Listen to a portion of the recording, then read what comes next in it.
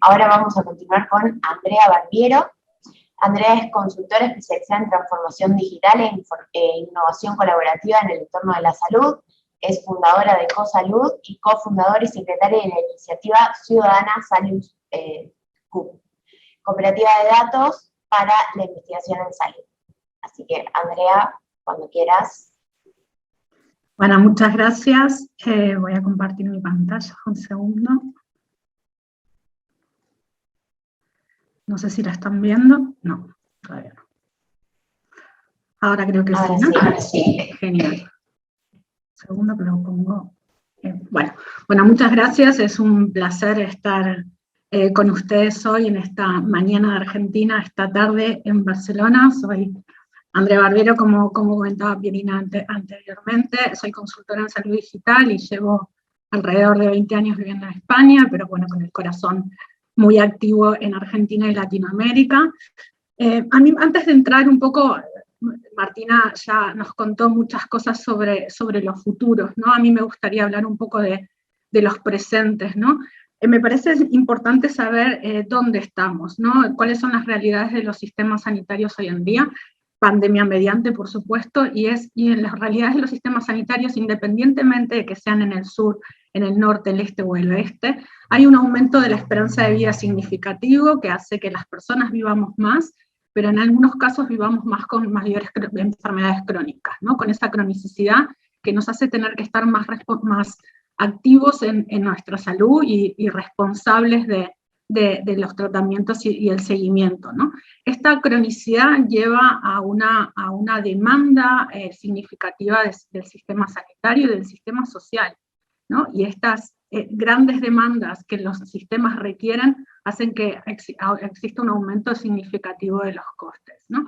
Estos costes, estas demandas generan también desigualdades en los accesos, independientemente de los países en los que vivamos, Latinoamérica, Europa y demás, estas desigualdades se observan, ¿no? Y hoy, si escuchábamos antes al principio la ponencia del doctor Quirós, hablaba que vale más el código postal que el código genético, ¿no? Entonces, lo que sí que hemos visto en esta pandemia nos ha demostrado de que salud es todo, ¿no? Que el sistema sanitario es el centro de los sistemas. Hasta ahora lo que veníamos trabajando en salud, en mi caso que llevo 20 años en este contexto, hemos sido importantes pero no lo suficiente, ¿no? Y nos hemos dado cuenta en esta pandemia que todo es salud, ¿no? Que todo es salud, que todo es bienestar, como decía también Martina anteriormente, y que todo tiene que ir alrededor de este nuevo sistema, ¿no? Entonces la pandemia nos invita, lamentablemente o afortunadamente, a que hagamos un cambio, un reseteo de este sistema, ¿no?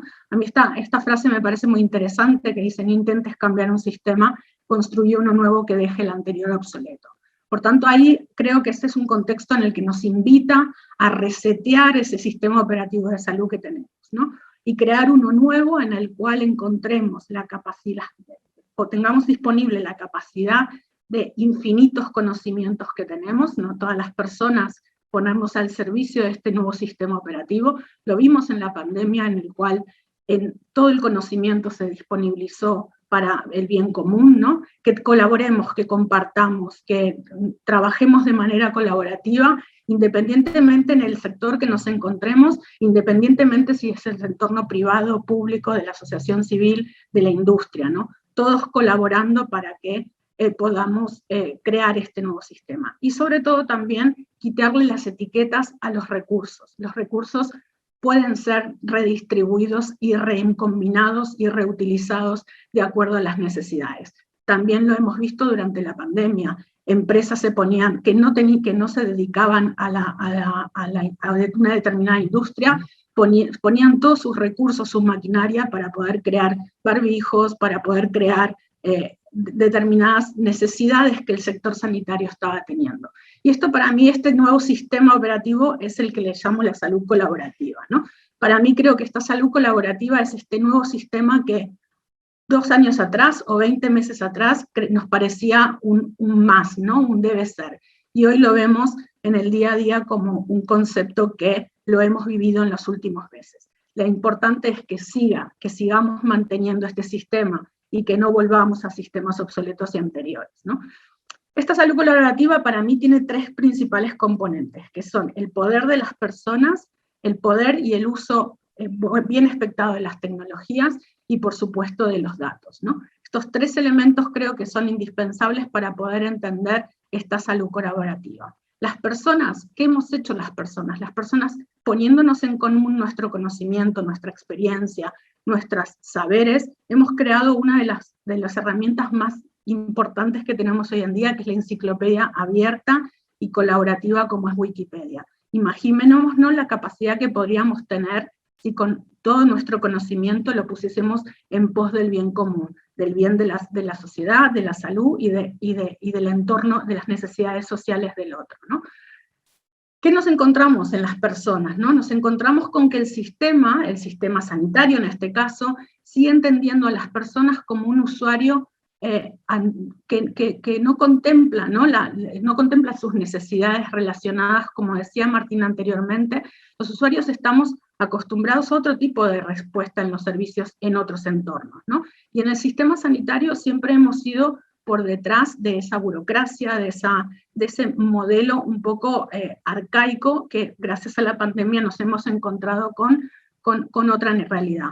Los usuarios están más empoderados. ¿Por qué? Porque tienen más información, porque acceden a la información de una manera que hasta ahora no era posible. Uno de los accidentes de los sistemas sanitarios hasta ahora, y cuando yo estudiaba Economía de la Salud me lo explicaban, era la asimetría de la información. Eso ya no existe. Hoy en día, a golpe de clic, podemos tener información que alguna fidedigna, otra no. Ahí hay que hacer un trabajo de fuentes fidedignas de información para que los usuarios sepamos dónde tengamos que ir a buscar información, que esa información nos permite tomar decisiones, en algunos casos decisiones positivas, en otras no tan buenas, ¿no?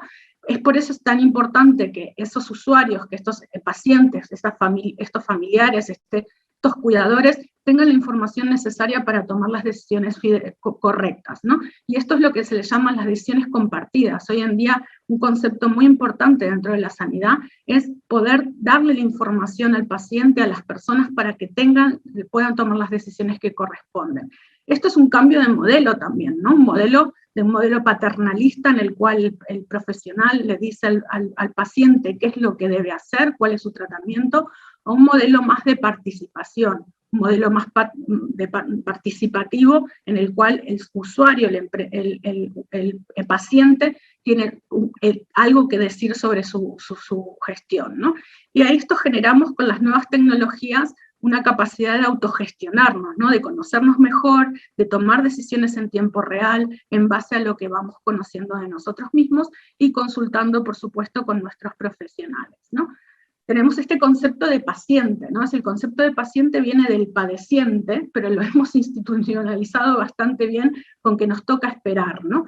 Viene de la sala de espera, de la burocracia, y esto hoy en día ya no ha lugar, ¿no? Las nuevas generaciones ya no están dispuestos a esperar para poder acceder a tener un turno, para poder ver a su médico, buscan recursos digitales que les ayuden, ¿no? Esta nueva generación son más impacientes, ¿no? Una nueva generación de usuarios, de ciudadanos sanitarios que quieren entender a la sanidad como el resto de sectores, ¿no? ¿Se acuerdan que hablábamos de tres cosas que le decía que para mí tiene esta salud colaborativa, ¿no? Las personas, la tecnología y los datos. Tecnología. Sabremos en estos 3 días que vienen por delante, y van a escuchar un montón de tecnologías disponibles en el sector de salud. Esto no es nuevo, esto no es la pandemia. Venimos hace muchos años trabajando con diferentes tecnologías que se han ido dando lugar cada vez más dependiendo de los entornos en los que nos vivimos, ¿no? Está la salud digital, el Big Data, y por supuesto lo más interesante y lo que nos ha permitido evolucionar es esta medicina de precisión. Esa medicina de precisión que está embebida por la genética, que a partir del momento que podemos entender quiénes somos cada uno de nosotros, genera una nueva medicina que no es, esta frase que creo que lo dice muy bien, ¿no? One size don't fit for all, ¿no? A partir de ahora ya podemos tener tratamientos y generar un diagnóstico más preciso en relación a las particularidades de cada una de las personas, ¿no?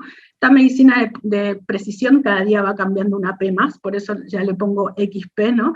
Que es poblacional, que es participativa, que es proactiva, que es preventiva, precisa, predictiva y personalizada. Pero me gusta partir de la segunda frase, la segunda parte, ¿no? Es participativa.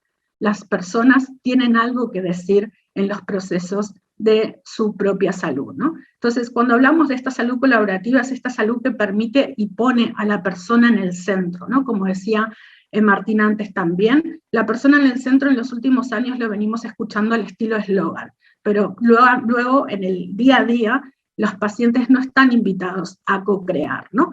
Me he encontrado en millones de situaciones en mi trabajo en decir, bueno, llamemos a tal asociación de pacientes, pongamos a pacientes en la mesa, uy, no, es muy complicado, vienen y se quejan, ¿no? O por supuesto vienen y se quejan. Si no le damos el espacio para que estén continuamente, el día que vienen se quejan, ¿no? Entonces, y muchas veces creamos soluciones sin pensar en lo que realmente tiene sentido para ellos, si es necesario, ¿no? Tengo una amiga que tiene, por ejemplo, artritis reumatoide y siempre me dice, a mí si me hubiesen preguntado cómo hago para abrir el blister en los momentos que estoy peor de mi enfermedad, les hubiese dado miles de ideas de nuevas maneras de generar nuevos blisters para que yo los pueda abrir. Qué cosa tan sencilla, y ahí no hay tanta tecnología, ¿no?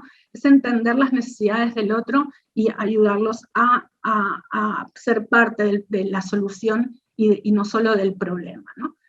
Salud digital, ¿no? Esto es el gran contexto de la salud digital. Ahora se incorpora un nuevo concepto, ¿no? Que dentro del contexto de la farma, que me parecía interesante bajar un poco al entorno en el que estamos hablando, ¿no? Aparece este nuevo concepto que es ir más allá del medicamento, ¿no? Y este nuevo concepto de ir más allá del medicamento nos invita a la farma, a la industria, a poder incorporar nuevas tecnologías que acompañen esos tratamientos en algunos casos. Esto se le llama la Digital Therapeutics, ¿no? La Digital Therapeutics Alliance es una organización sin fines de lucro que se creó hace un par de años y que ha dado este concepto de lo que significa esta terapéutica digital, ¿no? Esta terapéutica digital lo que habla es que ofrece intervenciones médicas directamente a los pacientes mediante un software basado en evidencia y evaluado clínicamente, para tratar, gestionar, prevenir un amplio espectro de enfermedades y trastornos.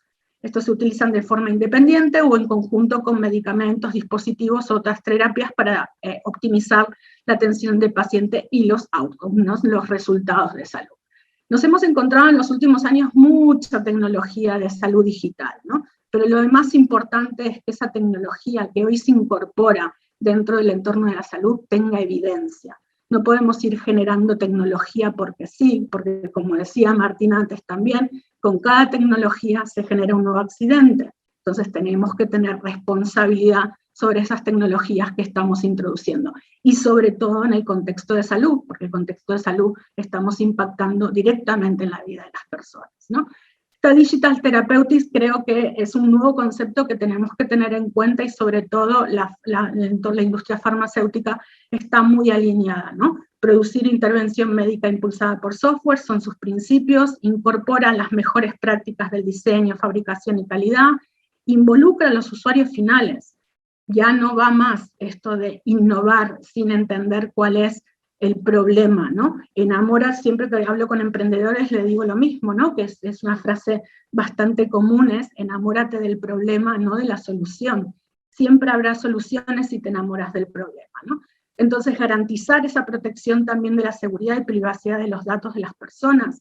En el contexto en el que yo vivo, que vivo en Europa, vivo en España, la nueva ley de protección de datos nos invoca a tener que poder responder a la seguridad de los pacientes y de las personas en todos sus contextos, ¿no?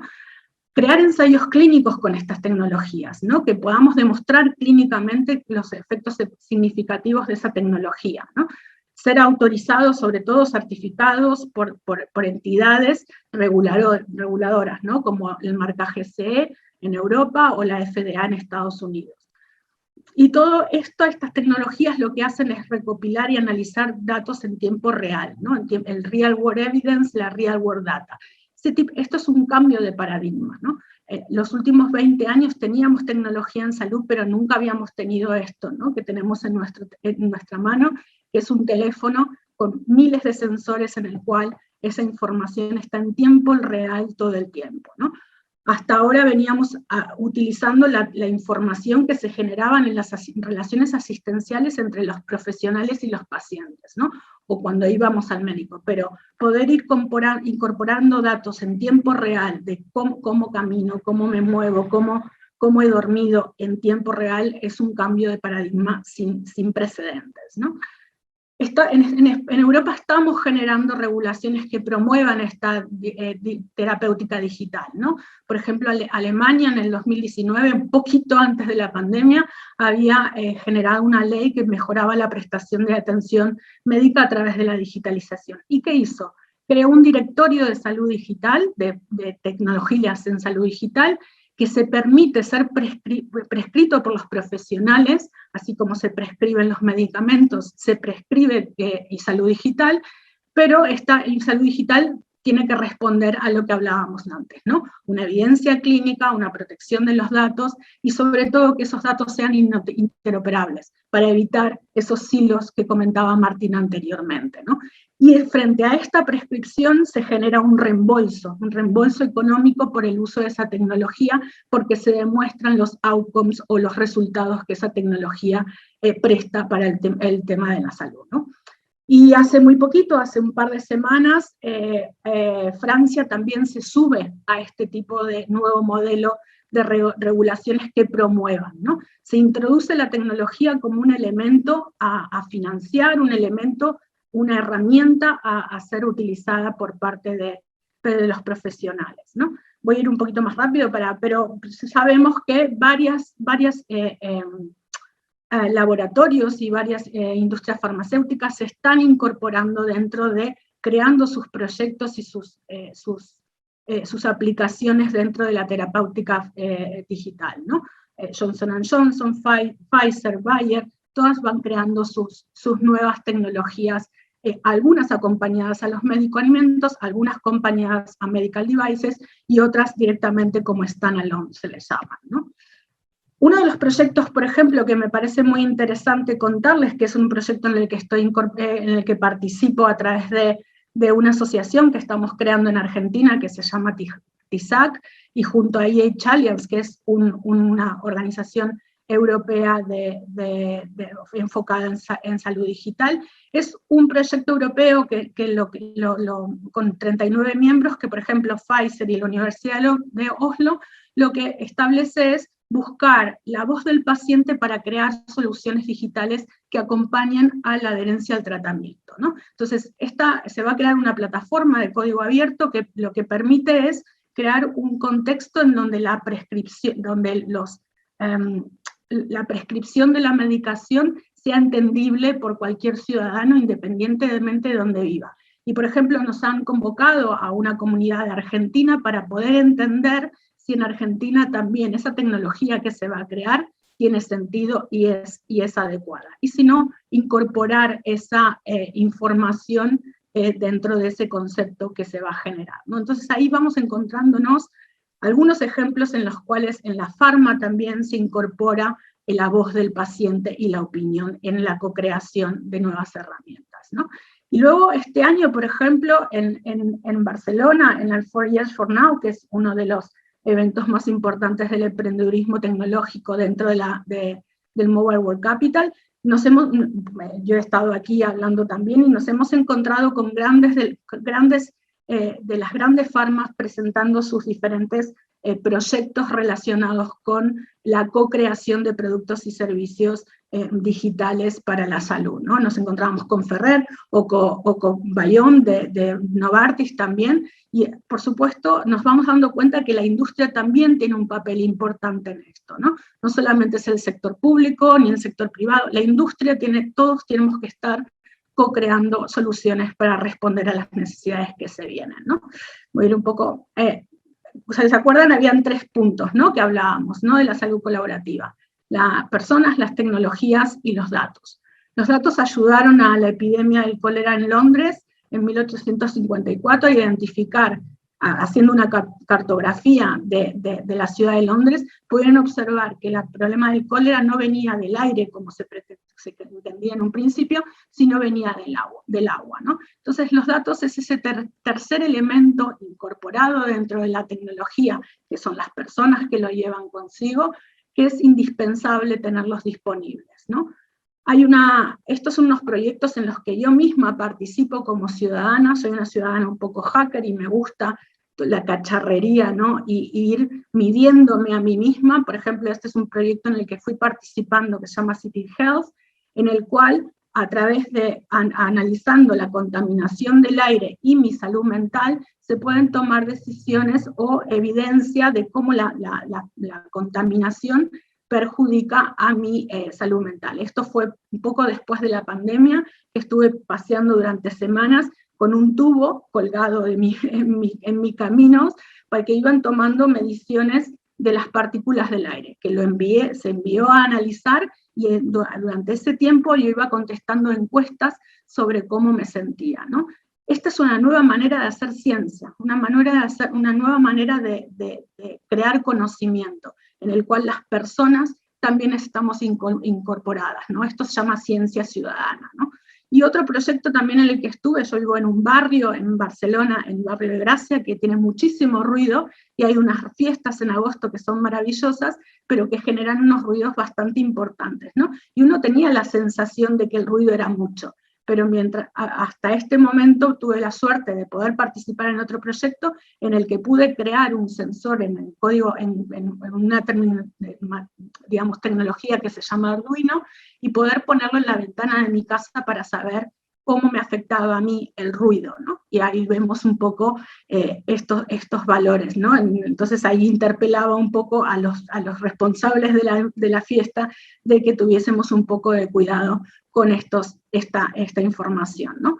Por ejemplo, ¿no? Los datos, ¿no? Escuchamos en el foro de Davos de 2018 a Angela Merkel hablando de que los datos son la materia prima del siglo XXI, ¿no? Pero la pregunta es, ¿a quién pertenecen esos datos? Decidirá si al final la democracia, el modelo social participativo y la prosperidad económica pueden combinarse.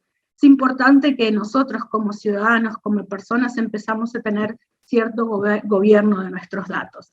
Y este es un tema que a mí me apasiona, me importa y me invoca, y es en el que trabajo mucho, es crear esta narrativa de que los datos son nuestros y que nos pertenecen y tenemos que tomar responsabilidad del uso que hacen de nuestros datos, ¿no? No significa, ya no va más esto de siguiente, y dar los datos sin tener conciencia de lo que eso significa. Para eso nos hace falta alfabetización digital, como decía también Martina antes, ¿no? Nos hace falta conocer las luces y las sombras de cada vez que compartimos nuestros datos, ¿no?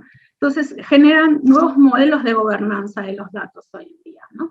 Está desde que tú te guardes los datos en un espacio absolutamente personal a los datos abiertos, ¿no? Y empiezan a aparecer nuevos modelos y nuevas instituciones, porque en algunos casos ya no creemos en algunas instituciones en las que pertenecemos, o no creemos ya en esas aquellos silos o aquellos 4 grandes players, ¿no? Los GAFA, en que están gestionando nuestros datos, ¿no? A base de darnos un servicio, porque, por ejemplo, tenemos Gmail, porque nosotros le estamos dando nuestros datos, ¿no? Todo lo que no tenga un precio es porque el precio eres tú, ¿no? Entonces, esto es importante también entender que se empiezan a generar nuevas instituciones en las cuales los datos se pueden gobernar o gestionar de una manera diferente, ¿no?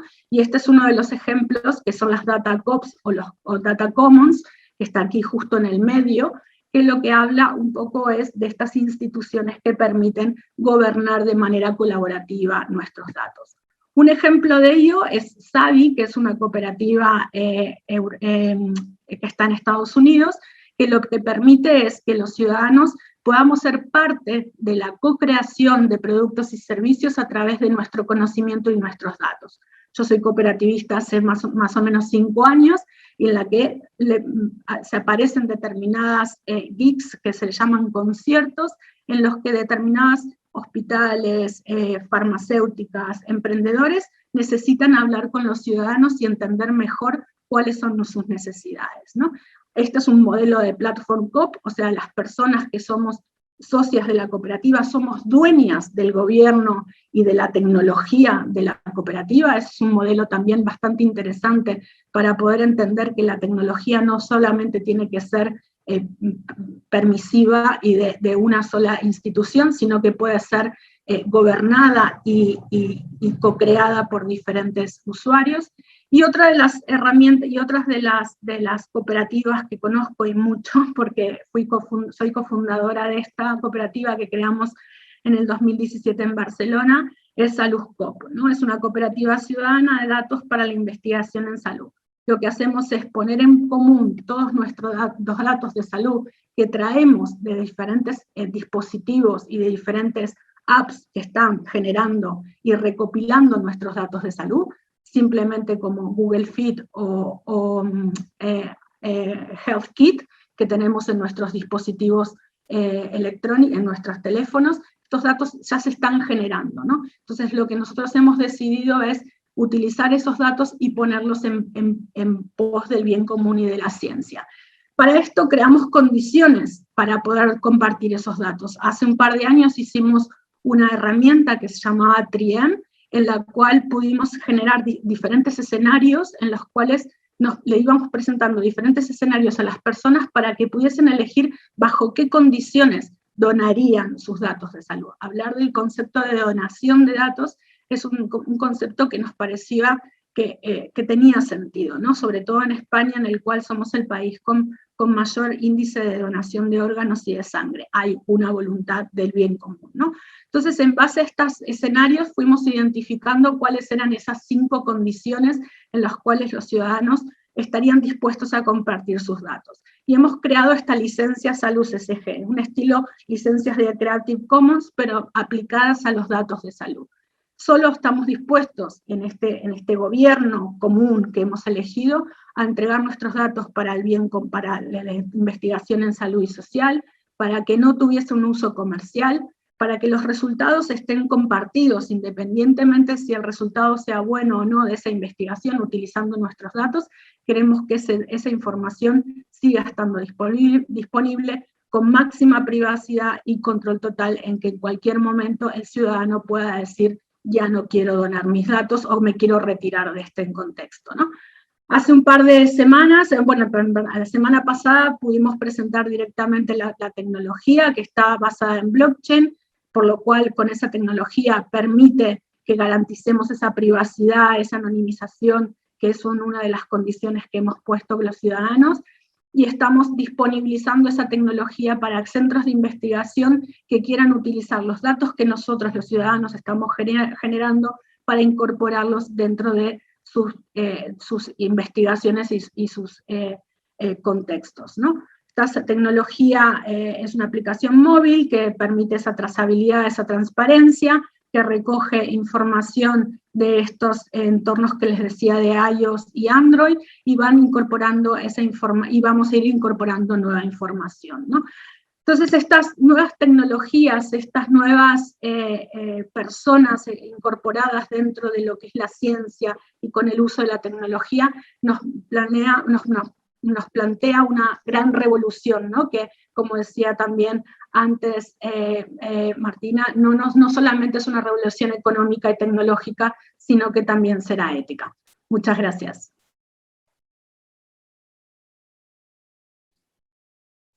Muchísimas gracias, Andrea. Interesantísimo. No sé si hay alguna pregunta del auditorio, pero mientras te queríamos ir consultando, ¿cómo te parece que deben prepararse las instituciones para entrar en este proceso? Está muteada. Vale, perdona, que después de estos 20 meses hemos entendido que la tecnología no es necesaria, ¿no? Lo que sí creo que las instituciones tienen que empezar a preocuparse más es darle ese espacio a las personas para la co-creación. Y en eso sí que tenemos todavía en el debe aprender cómo hacerlo, ¿no? Y no ver en el otro un posible crítico de lo que estamos haciendo, sino verlo en un partner, ¿no? Y ahí creo que sí que tenemos un reto. Creo que durante estos últimos 20 meses también hemos demostrado que podemos hacerlo, de que podemos trabajar de manera colaborativa, en abierto y demás. Ahora se tienen que generar ¿no? los caminos para que eso se sigan manteniendo, ¿no? Y a partir de aquí yo creo que tenemos un reto, ¿no? Tenemos un reto de hacer un buen uso de la tecnología, de escuchar a las personas y sobre todo tener un poco de cuidado correcto, ¿no? Sin entrar en la distopía, ¿no? de cuáles los accidentes que estas nuevas tecnologías pueden generar, ¿no? Y ese pensamiento crítico, como decía Martino también, de analizar cómo no trasladamos esos bias, ¿no? a las tecnologías que vayamos creando. Ahí tenemos una pregunta de el auditorio también, que dice, Data Governance, ¿qué lineamientos provee? Bueno, es que los modelos de gobernanza de datos son diferentes, ¿no? Este que estaba planteando yo ahora es un modelo de gobernanza ciudadana, ¿no? Está el modelo de gobernanza público, privado, y sobre todo lo que tenemos que es generar lineamientos que los datos estén disponibles en los momentos que sean necesarios, salvaguardando la privacidad y la seguridad de esos datos, y no encerrarlos en silos como comentábamos antes también, sino que tengamos cierto gobierno, y para mí, y creo, por lo menos aquí en Europa, la GDPR, que es la nueva ley de protección de datos, le da mucha personalidad, le da mucho impronta a que las personas somos realmente dueñas de nuestros datos, ¿no? Entonces, esos son los derechos que tenemos que ir adquiriendo poco a poco, ¿no? Como por ejemplo el derecho de portabilidad. Yo tengo que tener el derecho de poder portar unos datos al otro, de un sitio al otro, y para eso esos datos tienen que estar estructurados, tienen que garantizar la interoperabilidad, porque si no es papel mojado, ¿no? Entonces, ahí tenemos que generar todas esas carreteras para que la información se comparta y sea utilizada ahí donde sea necesario, siempre en los casos que correspondan con el beneplácito de la persona que es dueña verdadera de sus datos.